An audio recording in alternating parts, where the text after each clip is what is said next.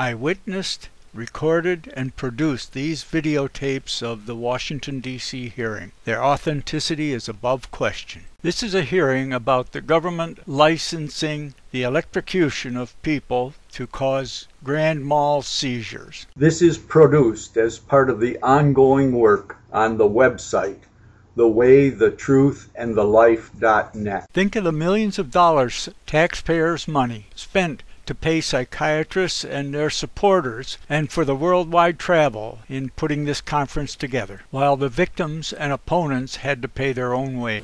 They report that only a junior doctor is present at ECT treatment sessions in 73% of the cases, that a full 41% of them have only minimal training, and that supervision is lax.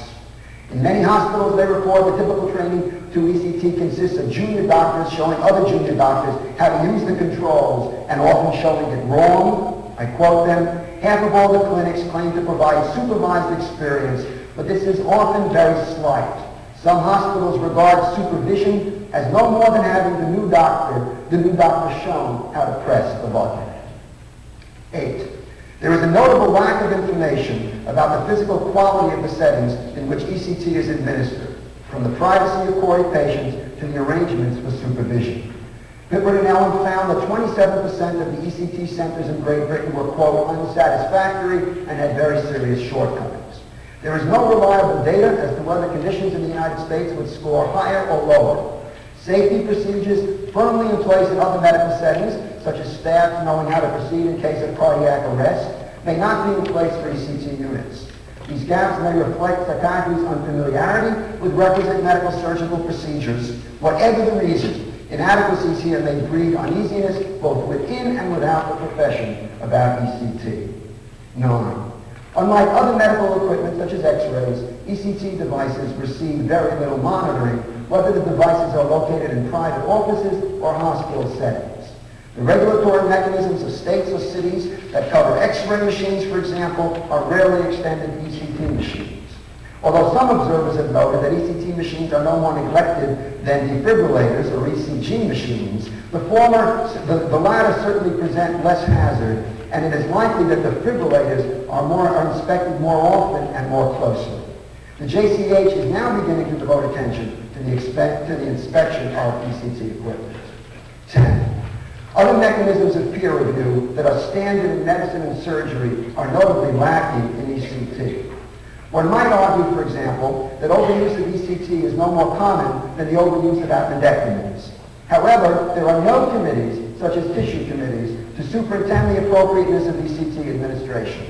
A surgeon who consistently operated without cause for appendectomy would sooner or later be brought before such a committee. ECT has no such counterpart. Nor does psychiatry routinely employ basic review mechanisms like morbidity and mortality rounds for ECT, despite its more medical surgical character. 11.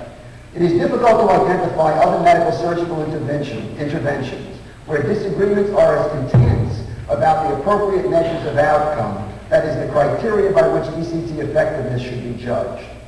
What proponents define as signs of recovery, critics point to as evidence of persistent brain damage. Outcome measures remain a complex problem for psychiatry generally. Patients' mental health, well-being, and adjustments are not easy to define. But the problems with ECT are different and productive of still greater controversy. The point is not whether in the case of deep depression, a patient starting to eat is a good thing. Everyone agrees it is. Rather, the issue is whether his docility represents improvement in attitude and functioning or is evidence of organic brain syndrome. 12. There are few medical surgical interventions whose proponents claim efficacy, where data about long-term effects assume so small a part of studies of efficacy. Moreover, few, if any, patient consent documents consider the matter. Rarely do they discuss the possibility, raised by several recent studies, the differences between recipients of ECT and sham ECT are minimal after 1 to 6 months. Nor is there much discussion in the patient consent documents of the very high relapse rate after ECT. Quote from Johnson et al., the most striking finding, this is made from their comparisons of ECT and sham ECT, the most striking finding is that the differences which were present at the end of the course of 8 treatments had disappeared 1 month later and were undetectable also at 6 months. Wiener's recent review article cites this and other studies to the same point. He notes several reservations about the studies and then adds, quote, "It is widely acknowledged, however, that a course of ECT produces a remission rather than a cure," end quote. That such statements do not appear in consent forms may well foster an attitude of caution and even distrust on the part of patients or observers who uncover such data. 13. Both systematic research and anecdotal reports suggest that however diligent the psychiatrist, the quality of informed consent given by patients to ECT leaves much to be desired. Even when the patient is confident and the explanation lengthy, it would seem that a considerable number of ECT recipients agree to the procedure for the wrong reason, such as the belief that ECT is an appropriate punishment for their misdeeds or that ECT will kill them. Wherever the character of consent is so problematic, which is greater with ECT than with most medical surgical procedures, some element of controversy is likely to follow. Moreover, the problematic character of the consent justifies, I believe, stricter oversight and regulatory procedures. Finally, although it is true that many legislatures have attempted to regulate the use of ECT, their efforts do not appear to have been entirely satisfactory. Once again, however, no clear verdict is possible because research on state regulation is incomplete. Winslow et al. Report that by 1983, 23 states and several courts, most notably the federal court in Alabama, have passed or set regulations for ECT. However, and I quote them, current regulation tends to have gone too far in the wrong direction, interfering with medical decision-making, and not far enough in the right one, protecting patients' legal rights. State legislatures might have refrained from action and might in the future alter their approaches had the profession itself been more assiduous about self-regulation. Certainly the dismal conditions in Alabama state mental hospitals prompted court intervention there. It followed clearly on professional default of responsibility. Only a few scattered studies analyze the actual impact of state and court intervention. Indications are that regulation may decrease ECT use, but whether the reduction is appropriate or not has yet to be adequately explored. Recognizing that many aspects of medical surgical interventions are carefully regulated by hospital, medical, and a variety of governmental bodies, the question before us, I believe, becomes whether ECT should remain where it is now on the lower end of the spectrum of regulation or be moved to the higher end. I don't have time this morning, but did very briefly in my paper describe the various mechanisms available within a medical surgical context. They range from the regulation of diagnostic or therapeutic interventions in the form of establishing regional centers, as in the case of liver or heart transplants, or as in the case of the use of alpha-fetoprotein tests proposed in California. Hospital or federal CDC screening of credentials is commonplace in all sorts of areas. Medical centers often regulate the use of very costly antibiotics or chemotherapies through special treatment committees.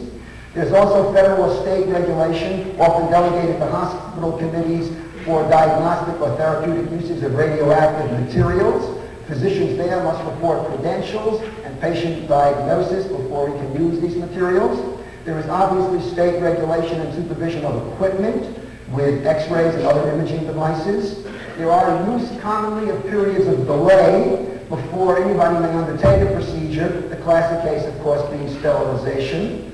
We use institutional review boards where we are uncertain of the identity of interest between subject and researcher. There are, obviously, as you know, current proposals to create hospital ethics committees, and needless to say, we have rather elaborate FDA regulations in and around drugs. Regulation, let it be clear, carries with it a cost. However tempting it may be to some observers to call for greater regulation of all medical procedures, one must recognize that regulation exacts a price in terms of physicians' time, energy, diversion from patient care, and potential reduction of appropriate use. Regulation is not a panacea to be freely prescribed whenever one or another group grows agitated. The case has to be made for it. With ECT, the points raised here, I believe, justify the cost. If no one of the points in and of themselves is telling, taken together they become, I believe, determinative. The historical record of abuse, the difficulty of distinguishing motives, the odd patterns of use, the controversial character of ECT among psychiatrists, its stepchild quality in medical education, the widespread ignorance about the credentials of users, the physical state of use and the quality of the equipment, the difficulties in measuring outcome, the lack of systematic knowledge about long-term effects, and the problematic nature of the patient's consent, combine not only to explain the sources of the controversy, but to justify far greater regulation of ECT than now prevails. A final determination of the appropriateness of one or more of these models for ECT must await judgments on efficacy and side effects that is at the core of this meeting. Were these deliberations, for example, to produce a consensus that the efficacy data is at the moment unsatisfactory in the number of random double-blind clinical trials, then an FDA type of new drug review with regional centers undertaking the actual investigations might be recommended. But whatever the judgment of the consensus panel on the state of the data, the distinctions outlined above between ECT and other medical surgical interventions requires greater regulation than is now standard. Thus, I will argue the consensus panel should at a minimum offer the following recommendation. It should call for the creation of a task force along the lines of the British task force as reported by Pittman and Ellum that would A, survey national conditions in ECT units in hospitals and other centers, B, survey the credentials and training of ECT users, C, survey patients about the quality of the treatment experience, including the consent process, the degree of privacy, aftercare, and supervision, D, analyze the impact of the existing regulatory process to learn whether states where regulation is more strict have appropriately or inappropriately experienced a change in ECT use. E, evaluate and propose standards on these issues and offer recommendations on the appropriate regulatory framework to enforce them. 2, pending the report of this task force, the consensus panel should recommend that hospitals and centers using ECT immediately establish internal review committees modeled on other medical surgical review committees. These committees would review prospectively the non-emergency use of ECT and retrospectively the emergency use of ECT to ensure that A, patients are given informed consent, B, the therapeutic use of ECT is in keeping with the recommendations issued by the consensus panel, C, the ECT equipment and physical conditions are satisfactory, and the personnel administering ECT programs have proper training. A consensus conference panel cannot formulate in detail the regulatory mechanisms and procedures that would best monitor the use of ECT. It is not in a position to determine what types of medical surgical oversight are most appropriate to ECT. But it can, and I believe should, recognize the need for such an analysis. And it is my hope that this consensus panel will do just that. Thank you very much.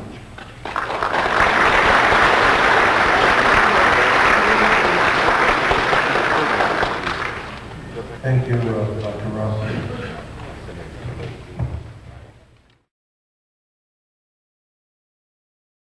At the FDA hearings, the testimony on the reclassification of electroconvulsive devices cited the literature as whether signed or false, typically about 150 joules of energy in a treatment. With the new Thymatron electroconvulsive device, if you check out at 400 volts, maximum of 0.9 amps, and 320-some millisecond pulses. Could you finish up your question, your remarks? Yeah, I would like somebody to tell me. I'm a teacher as well as a physicist, and I brought a kilogram with me. Teachers like to demonstrate. Now, this is a kilogram. It's 2.2 pounds, heavier than a hammer I used to hit a nail. That I wonder if possibly, like Dr. Stein could tell me, how high I would have to drop this kilogram from in order to have it hit the ground with 150 joules of energy.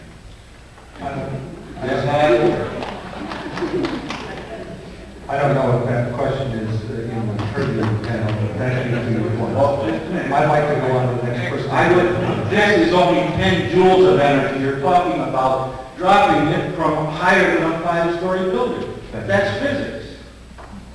Supposedly in pre-med backgrounds. Thank you. I never got it.